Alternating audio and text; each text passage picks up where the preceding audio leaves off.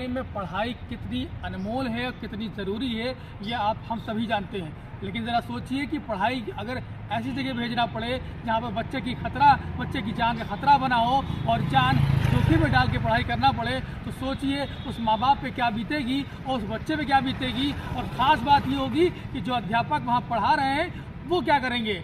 ऐसे ही एक घटना है जो रायबरेली में है, घटने वाली है या इस तरह की घटना घट सकती है। एक विद्यालय है, इसको बालिका केंद्रीय विद्यालय बोला जाता है, किला बालिका विद्यालय बोला जाता है, जो रायबरेली में स्थित है। उसके पास एक पानी की जर्जर टंकी बड़ी खड़ी हुई है जो वर्षों से खड़ी हुई है और उसके सटा हुआ परिसर में ही एक बालिका विद्यालय है। और उस विद्यालय में कम से कम 175 बच्चियां हैं जो पढ़ती हैं और अध्यापिका हैं जो उनको पढ़ाने जाती हैं। और लगातार वो पानी की टंकी जर्जर चीर होकर गिरती नजर आती है। इतना ही नहीं, उस पानी की टंकी के पिलरों में दरार आ गई है। यानी ये कह सकते हैं ये टंकी किसी भी वक्त घंटी बजा सकती है और सभी दोस्त हो सकती है और पास में खड़े इस विद्यालय को नुकसान पहुंचा सकती है। उसमें पढ़ रहे 175 बच्चों की जान खतरे में रहती है। बावजूद इसके ना ही तो संबंधित विभाग इस ओर ध्यान देने को तैयार था और ना ही कोई काम या कोई कार्रवाई भी करने को तैयार था। ऐसा नहीं कि ये खबर या इसकी सूचना उन तक पहुंचती नहीं थी। लगातार विद्यालय की प्रधान अध्यापिका और मीडिया के माध्यम से ये बात उन तक पहुंचती थी, लेकिन प्रशासन है कि जागने का नाम ही नहीं ले रहा था। लेकिन इस बार जिलाधिकारी हर्षिता माथुर ने खबर को संज्ञान में लिया और सख्त लहजे में अधिकारियों को चेतावनी दी। और इसके बाद क्या हुआ सब कुछ दिखाएंगे आपको इस खास रिपोर्ट के साथ। डर के साए में पढ़ाई को मजबूर बालिकाएं।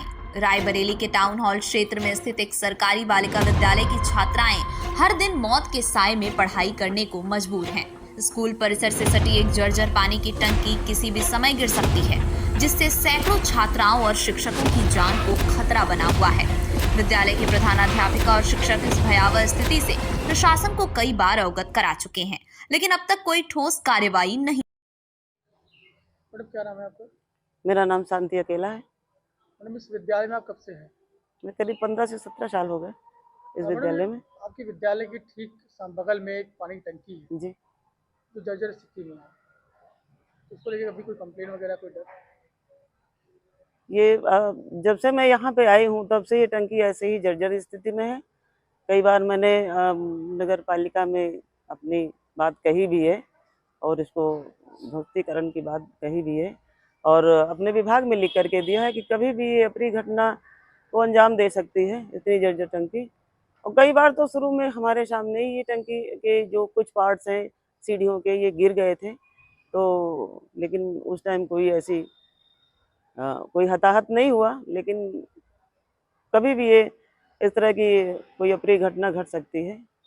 इससे थोड़ा अधिकारी से कभी या किसी सक्षम अधिकारी से संदर्भ में बात की? नहीं सर, काफ़ी पहले की बात है। यहाँ पर कार्यक्रम लगा हुआ था जिलाधिकारी महोदय का, तो उन्होंने भी देखा था, सीडीओ सर ने भी देखा था, एसडीएम सर ने भी देखा था और कई ऐसे मौके आए जो हमारे विद्यालय में कार्यक्रम हुए हैं और अधिकारी लोग आते हैं तो हम उनको स्पेशली दिखाते भी ये कभी भी कोई घटना हो सकती है इसमें। लेकिन अभी तक ऐसी कोई इसमें कोई। कितने बच्चे पढ़ते हैं यहाँ पर? इस टाइम लगभग 250 बच्चे। जब भी कोई अधिकारी स्कूल आता है तो उसे इस समस्या से अवगत कराया जाता है, लेकिन फिर भी कार्यवाही टाल दी जाती है। स्कूल में 175 बच्चे अध्ययन करते हैं। 1.5 साल से टेंडर के नाम पर हो रहा टाल मटोल। जब the reporter UP news channel ने इस गंभीर स्थिति को प्रशासन और समाज के सामने लाने की कोशिश की तो नगर पालिका ने ये कहकर पल्ला झाड़ लिया कि टंकी के ध्वस्तीकरण का टेंडर जारी किया जा रहा है, लेकिन ये प्रक्रिया 1.5 साल से लंबित है और अब तक टंकी को गिराने का काम शुरू नहीं हुआ है। इस दौरान टंकी की स्थिति लगातार बद से बदतर होती जा रही है, जिससे किसी भी दिन बड़ा हादसा हो सकता है।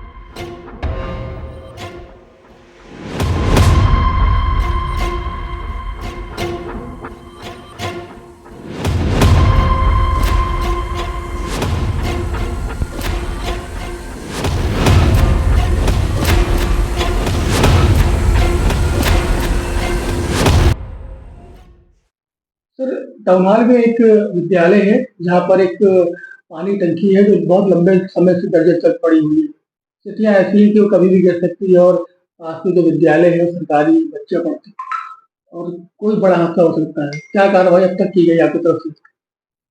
टाउन हॉल स्थित जो राजकीय बालिका विद्यालय है उसके परिसर के पास एक पानी की जीर्ण शीर्ण टंकी है जिसके ध्वस्तीकरण के लिए 11 तारीख को निविदा करा दी गई थी, जो 21 तारीख को खुलेगी और उसकी 1 महीने के भीतर उसको ध्वस्तीकरण की कार्रवाई होगी। इन बिटवीन वहाँ पे कोई दुर्घटना कारित न हो पाए, इसके लिए जो है डीसी साहब को एक पत्र भेजा गया है कि वहाँ जो भी बच्चे पढ़ते हैं जब तक ये ध्वस्तीकरण की कार्रवाई नहीं हो जाती है उसे आसपास के किसी विद्यालय में शिफ्ट कर दें। सर, जिस टंकी की आप बात कर रहे हैं उसी टंकी से क्षेत्र में पानी सप्लाई हो रहा है, तो क्या आप नई वाली टंकी से पानी सप्लाई होगा? उस टंकी से पानी की सप्लाई नहीं हो रही है और इसके लिए दूसरी टंकी का प्रयोग किया जा रहा है। जब द रिपोर्टर यूपी ने जिलाधिकारी हर्षिता माथुर से मुलाकात की और इस मुद्दे की गंभीरता को समझाया तो उन्होंने तत्काल संबंधित अधिकारियों को तलब किया। डीएम ने नगर पालिका के ईओ श्रवण कुमार सिंह को कड़ी फटकार लगाते हुए निर्देश दिए कि टंकी को जल्द से जल्द ध्वस्त किया जाए।